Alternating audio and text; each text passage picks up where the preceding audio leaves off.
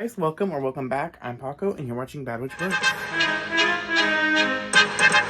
guys, so today we're going to be doing a new video series on my channel, and it is combining my love of booktube and my love and passion of comic books, superheroes, and stuff.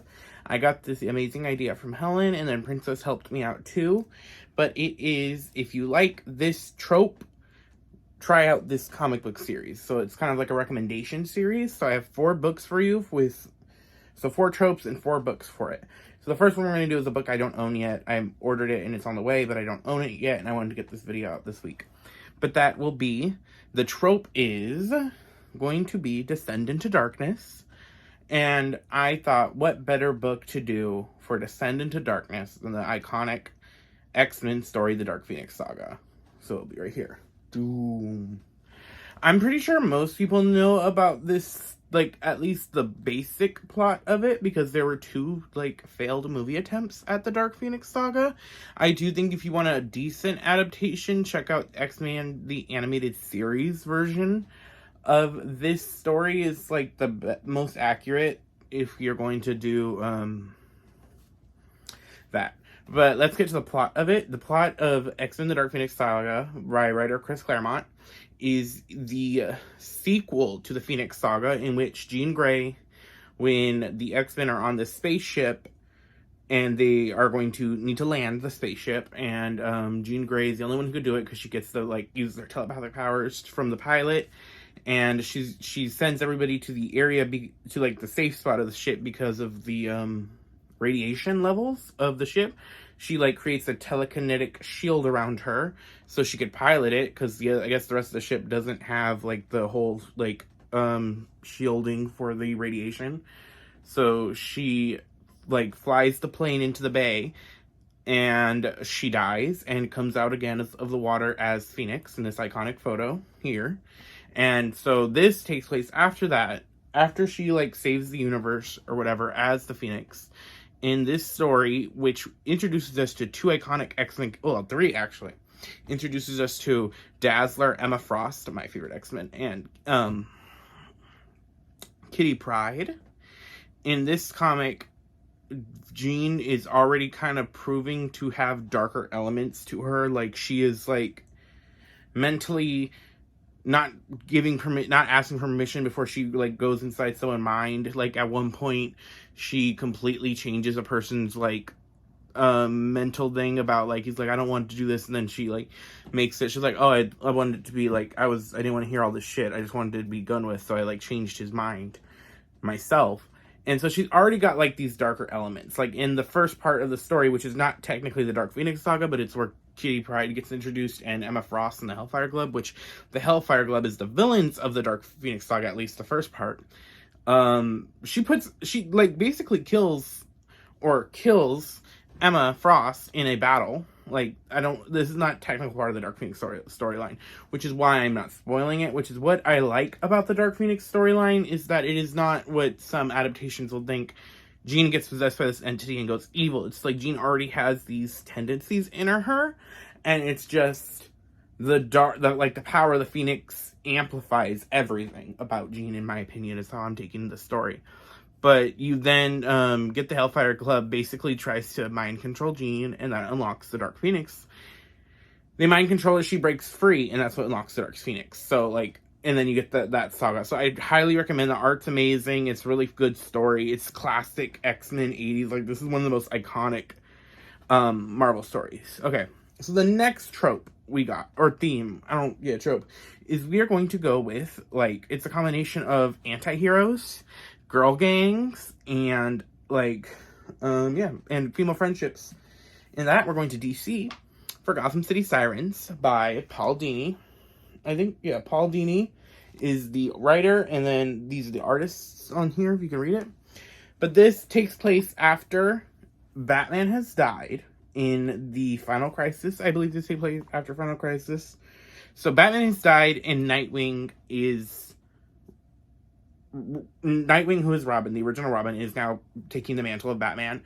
And then also what you need to know is a Batman villain, Hush, recently, like, this happens all before the book, because I know some comics can be confusing, so I'll do my best to kind of explain what you need to know before getting into it. But Nightwing, or not Bat, so Hush, who is a Batman villain, rips out Catwoman's heart and like has her alive on the surgery thing, because comics. And Zatanna and a bunch of other characters, I think it's Zatanna and Talia al Ghul, have to work together to bring Catwoman back from the brink of death and basically give her a new heart, because like I said, comics. So Catwoman is still not fully 100% recovered at the start of the story. And then also Bruce Wayne, Batman is dead, Bruce Wayne, and Hush surgically made his face look like Bruce Wayne so that he could be Bruce Wayne, because people don't know that Batman died. It's comics. That is only a little part of the story, so you won't get confused when he is he has a little part in this. It's not that big of a part, but there is a mini storyline with him in it, and so at least what's going on. But so at the beginning of the story, Catwoman is already she's recovering. She's not at full strength. She tries to fight this D-list villain that no one's ever heard of, and she gets her ass beat. She almost loses and dies until Harley Quinn saves her, and then Harley Quinn takes her to Poison Ivy, and the three decide to form a girl group to be you know what, the world is getting shit's going crazy right now. Let's work together, and let's have each other's back. And so the comic is just really their misadventures. I think my favorite story in here is you get to see what the three of them do for Christmas, and they all do different things for Christmas, and then they all come back together at the end. But it's really fun. I really enjoyed it. Highly recommend.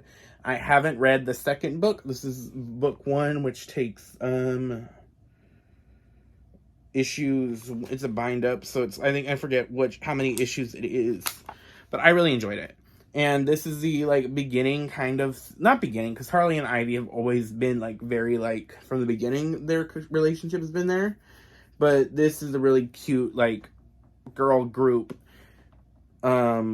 They are anti-heroes or anti-villains, really, in my opinion. At least Harley and Ivy are, at least in this. So they're not great. They're not morally good guys. So it's really fun. I highly recommend. Whew, am I out of breath from talking? So the next we're doing is Fairy Tale Retelling, and this is not a DC or Marvel book, but it is. Is it Vertigo? Yeah, it's Vertigo, so it's DC adjacent. Because Vertigo is DC's adult line they did a while ago. But this is Fables. If you know the game The Wolf Among Us is based on this series. This is volume 1. What is it called? Legends in Exile. So basically the whole plot of this series is that all the fairy tale characters we know who lived in the Enchanted Forest and everything, their kingdom has been taken over by the adversary, and so they all flee. And you have characters that can pass as humans that live in the... What is it called? But they live in this high-rise apartment building. And characters that can't pass as human. Animals who can't afford... Talking animals who can't afford glamours and everything like that are living on the farm.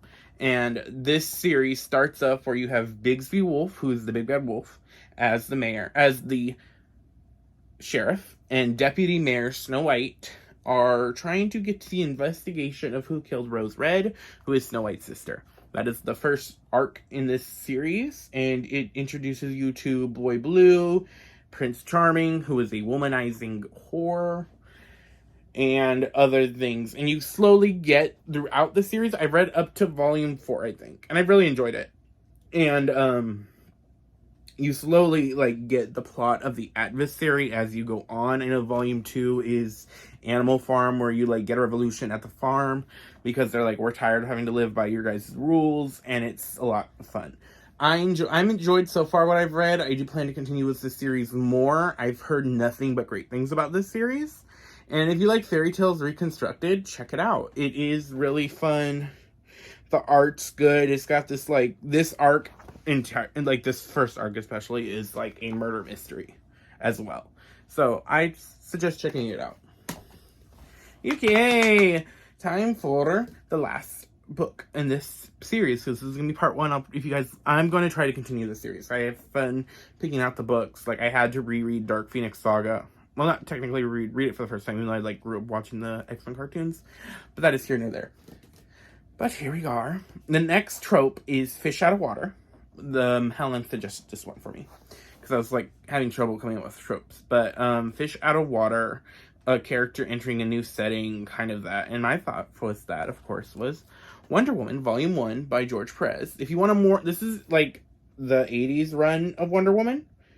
So if you want a more modern take, I'm going to show it here, but Greg Rucka's Rebirth, Wonder Woman Volume 2, The Truth. I think it's called The Truth. No, it's dummy. Year 1. Wonder Woman Year 1 is also a more modern, current, like, redate on her origin story that's kind of got a similar vibe for here. But this story, this contains volumes 1 through 14, this is by George Perez. Rest in peace, because George Perez died, like, this year. But, in this series, you learn about the origins of the Amazons and how, they are basically how they were created by the goddesses. And then you get the origin of Diana, and then you get her going into man's world. And it's really fun to see Diana trying to, like, comprehend with man's world and how she went from this basically paradise to, like, having to deal with people who are shitty and having to stop the god Ares. But very fun, highly recommend. I loved it. The art was great. You also get a story of, like, Diana having to, like, go through Tartarus for the gods. And you get the origins of Barbara and Minerva, who is the third cheetah. You really don't need to know anything about this one, because this is a reboot of the series, so you can go in from the start. That's why also Fables, this is the first volume, so, like, you don't need to know much about this before it starts. This is just telling you what the plot was about. But I highly recommend this. I read it earlier this year, and it was really enjoyable. The art was fun. I love the action. I like Diana. I mean, Diana's my favorite character. My second favorite fictional character of all time. My favorite comic book character of all time. I really enjoyed this. And I enjoyed Greg Rucka's run of Wonder Woman Year 1, which is, like I said, I would recommend if you want more modern, like, current, up-to-date retelling of her origin. And it's got that, like, fresh Fish Out of Water vibe. Especially because, like, these books both talk about how Diana doesn't speak English. And so she has a hard time coming into man's world and not knowing the language. Especially because she's, like, in America, when she lands in America or whatever, when it's her first place to go, and she doesn't speak English, so that's a little more difficult. But yeah, if you guys check these out, that'd be fun. If you guys have any more tropes or ideas that you would like, let me know. Also, side note, I did talk about X-Men. If you like Found Family, X-Men is an awesome series to check out. But yeah, I will catch you guys next time. I post videos every Friday. I do vlogs on Wednesday, and on Mondays I do reading sprints. I know last Monday I was not able to do a reading sprints because my Wi-Fi went out. So if you guys didn't see my tweet about that, or you weren't, you didn't see my tweet about that, that is why there was no sprints Monday. But there should be sprints this Monday. I will see you guys next time. Thank you for watching.